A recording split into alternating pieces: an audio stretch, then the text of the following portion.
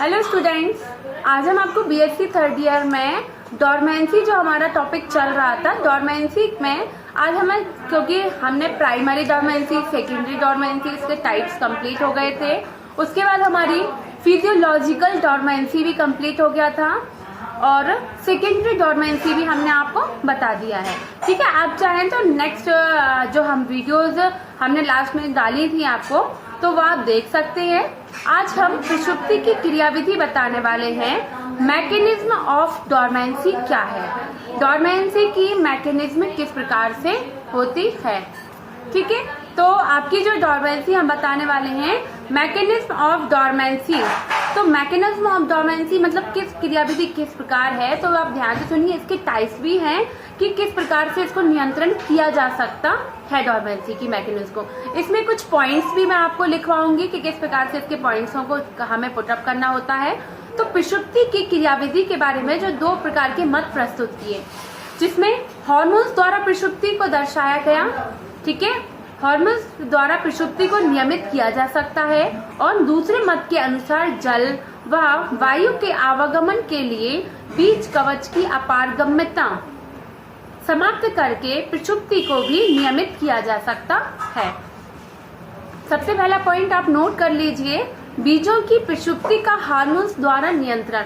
तो hormonal control of dormancy of seeds के बीजों की सुषुप्ति को हार्मोन्स द्वारा हम कैसे कंट्रोल किया जा सकता है। तो सबसे पहले कि हमें क्या करना चाहिए, निरोधक के लिए प्रारंभिक वृद्धि निरोधक बीजों के भ्रूणों, उनके बाह्य चोलों, भ्रूणपोष तथा फल की पेरिकार्प में उपस्थित होते हैं। कहाँ उपस्थित होते हैं? ये फल की पेरिकार्प में उपस्थित होते हैं। वॉरिंग तथा फोर्डा जो साइंटिस्ट थे, उन्होंने जैंथियम पेंसिलेवेनिकम पर महत्वपूर्ण कार्य किए और यह स्पष्ट कर दिया कि निरोधक व निच्छालन करके प्रसुप्त भ्रूणों को, निच्छालन करके वही उनकी कवच को क्रिया करके उनके भ्रूणों को प्रेरित किया जा सकता है। बीजों का बाह्यचोल न केवल ऑक्सीजन के प्रसरण को रोकता है बल्कि, ठीक है, तो बीजों का जो बाह्यचोल न केवल ऑक्सीजन के प्रसरण को रोकता है बल्कि निरोधकों का निच्छालन भी करता है। मतलब उसमें जो निरोधक उसको रोकने के लिए काम किए जा रहे हैं, वो उसके निच्छालन में भी हेल्प करते हैं, जिसके कारण बीजों में जो सुषुप्ति पाई जाती है, जैकरन तथा उन साइंटिस्ट ने, जैसे फॉर एग्जाम्पल गुलाब की पेरिकार्प पर निरोधक प्रभाव वृद्धि निरोधक एब्सिसिक अम्ल की उपस्थिति के कारण होता है।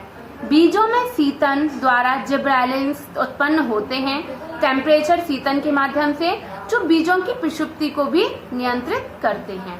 ठीक है, इसी प्रकार से सेकेंड पॉइंट है तापमान एवं प्रतिबंधित ऑक्सीजन अंतर्ग्रहण द्वारा सुषुप्ति को नियंत्रित कैसे करते हैं। कैसे हम टेम्परेचर को चेंज करके प्रतिबंधित ऑक्सीजन के अंतर्ग्रहण द्वारा हम इनको सुषुप्ति को नियंत्रित कर सकते हैं।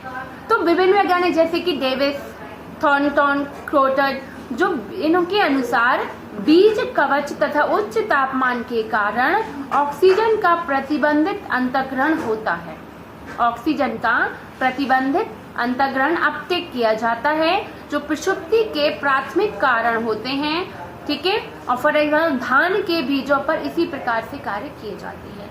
अब हमारा जो नेक्स्ट पॉइंट है कि जो हम मैकेनिज्म पढ़ रहे थे, तो जिसमें बीजों की सुषुप्ति का हार्मोन्स द्वारा नियंत्रण कैसे हुआ, तो ये तो हार्मोन्स की बात हो गई।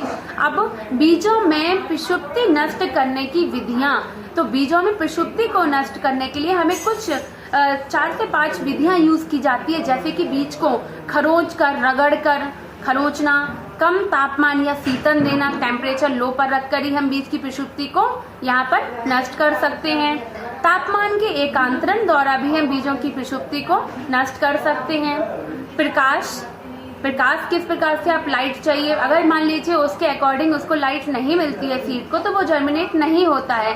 आप टेम्परेचर को भी चेंज कर लाइट को चेंज कर उसको प्रकाश देकर सुषुप्ति को दूर कर सकते हैं। इसी प्रकार से प्रेशर, दाब के माध्यम से। जो 5 पॉइंट्स हैं, आप नोट कर लीजिए। फर्स्ट पॉइंट मैं फिर से बोल रही हूँ, खरोंच कर जिसके स्कैरिफिकेशन कहते हैं, खरोच कर भी हम बीज की प्रसुप्ति को हटा सकते हैं।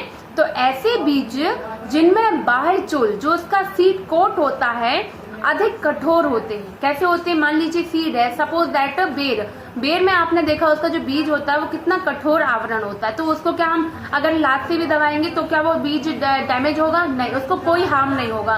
तो ऐसे सीड्स को अंकुरित होने में बहुत लॉन्ग टाइम लग जाता है। ठीक, तो उन्हें तेज चाकू की सहायता से खरोंच कर पृथक किया जा सकता है तथा प्रसुप्ति को नष्ट किया जा सकता है। इस विधि द्वारा भ्रूण फैलता है, एक्सपेंड होता है तथा बीज के अंदर ऑक्सीजन प्रवेश कर जाती है। जैसे जैसे हम खरोच कर उसकी छाल को थोड़ा सा कवरिंग को हम यहाँ पर पतला कर देंगे तो उसमें ऑक्सीजन प्रवेश करने लगेगी। यांत्रिक खरोचना बीज पृथक करते समय मशीनों द्वारा होता है। मशीनों द्वारा भी ये क्रिया संभव होती है तथा चाकू द्वारा बीज कवच काटने से होता है। बीज के कवच को चाकू द्वारा भी हम काट सकते हैं। कभी कभी बीजों को सांद्र अम्लों, कार्बनिक विलायकों कुछ समय तक रखने से भी उनकी प्रसुप्ति नष्ट हो जाती है। ठीक है, प्रकृति में बीजों के बीच कवचों के धीरे धीरे गलने से प्रसुप्ति नष्ट हो जाती है। और प्रकृति में क्या होते हैं? बीजों के कवचों के धीरे धीरे गलने से भी यहाँ पर, क्योंकि अब मान लीजिए भूमि में दबा रहा काफी टाइम, लॉन्ग टाइम तक अगर भूमि के अंदर डेप्थ होता रहा तो वहां पे जल हवा दबाव के कारण भी उनके बीज की जो कोट होता है, आवरण होता है, वो भी सॉफ्ट होने लगता है और वो अंकुरित हो सकता है सीड। ठीक है, तो इस प्रकार से किक हो गई खरोंचने की विधि। अब सेकंड पॉइंट है कम तापमान अथवा शीतन देकर। पक जाने के बाद कम तापमान पर बीज बहुत तेजी के साथ बनते हैं। काष्ठीय तथा शाकीय पौधों की बीजों की प्रसुप्ति कम तापमान पर 0 से 5 डिग्री सेल्सियस पर नष्ट की जा सकती है। प्रसुप्ति को हम शीतन करके भी जो कितना 0 से 5 डिग्री सेल्सियस पर भी नष्ट की जा सकती है। प्राकृतिक अवस्था में बीजों में शीतन शरद ऋतु में हो जाता है। कहाँ तक? शरद ऋतु में हो जाता है। अतः इस प्रकार बीज पतझड़ में अंकुरित नहीं होते। कब? पतझड़ में ये अंकुरित नहीं होते। कुछ जातियों के पौधों के बीजों की प्रसुप्ति नष्ट करने के लिए शीतन उपचार की आवश्यकता होती है। कैसे उपचार की? शीतन उपचार की आवश्यकता होती है और प्रसुप्ति नष्ट करने के लिए, जबकि अन्य बीजों के भ्रूण प्रसुप्ति प्रदर्शित करते हैं जिसे शीतन द्वारा नष्ट किया जा सकता है। ठीक है, तो ये तो शीतन कम तापमान एवं शीतन से हमने इफेक्ट बता दिया, लो टेम्परेचर और चिलिंग के माध्यम से। थर्ड पॉइंट है आपका तापमान एकांतरण। इसका मतलब अल्टरनेशन टेम्परेचर, मतलब हम टेम्परेचर को चेंज कर भी बीज की प्रसुप्ति को हटा सकते हैं। जब सीड सुप्तावस्था वाले भ्रूणों के बीजों को तापमान एकांतरण अर्थात पहले कम फिर अधिक तापमान का एकांतरण करके प्रसुप्ति को नष्ट किया जा सकता है। ध्यान रखना चाहिए कि यह तापमान कितने का होना चाहिए? 10 से 20 डिग्री सेल्सियस तक का होना चाहिए। ठीक है, इस प्रकार से फोर्थ पॉइंट प्रकाश का प्रभाव से कैसे हम इसके बीजों की प्रसुप्ति को हटाएंगे। तो कुछ बीजों को अंकुरण के लिए प्रकाश की आवश्यकता होती है। अतः ऐसे बीज फोटोब्लास्टिक कहलाते हैं। क्या कहलाते हैं ऐसे बीज? फोटोब्लास्टिक कहलाते हैं। फ्लिंट एवं मैकेलिस्टर ने देखा कि ल्यूटेरस के बीजों को लाल तरंगदैर्घ्य 650 एंगस्ट्रॉम में खुला रखा जाता है। अगर इन बीजों को खुला 650 एंगस्ट्रॉम में लाल प्रकाश में खुला रखा जाता है तो उनमें अंकुरण आसानी से हो जाता है। किंतु फार रेड तरंगदैर्घ्य 730 एंगस्ट्रॉम बीजों के अंकुरण का अवरोध करती है। अगर मान लीजिए इसमें रेड फॉर आपने प्रकाश जैसे फॉर रेड तरंगदैर्घ्य 730 एंगस्ट्रॉम की, तो बीज अंकुरण का अवरोध करता है, तो इसमें प्रसुप्ति नहीं हट रही। ठीक है, इस क्रिया को फाइटोक्रोम भाग लेते हैं। इस क्रिया में कौन भाग लेता है? जो प्रकाश में फाइटोक्रोम्स होते हैं, ये फाइटोक्रोम्स भाग लेते हैं। फिफ्थ पॉइंट है दाब, प्रेशर।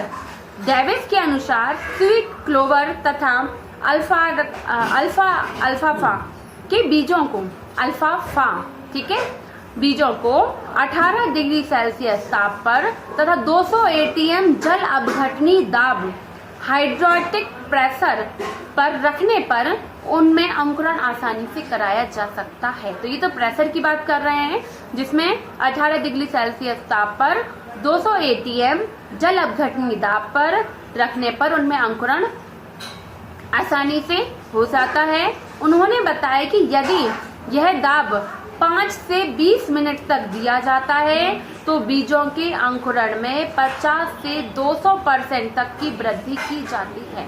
कितनी वृद्धि हो गई बीजों के प्रभाव में? 50 से 200% तक की हम वृद्धि कर सकते हैं। तो इस प्रकार से हम प्रसुप्ति को नष्ट करके सारे प्रकार की सीड्स को जर्मिनेट करा सकते हैं और प्रसुप्ति को हम नष्ट कर सकते हैं। ठीक है, तो आई होप आपको क्लियर होगा। Thank you students.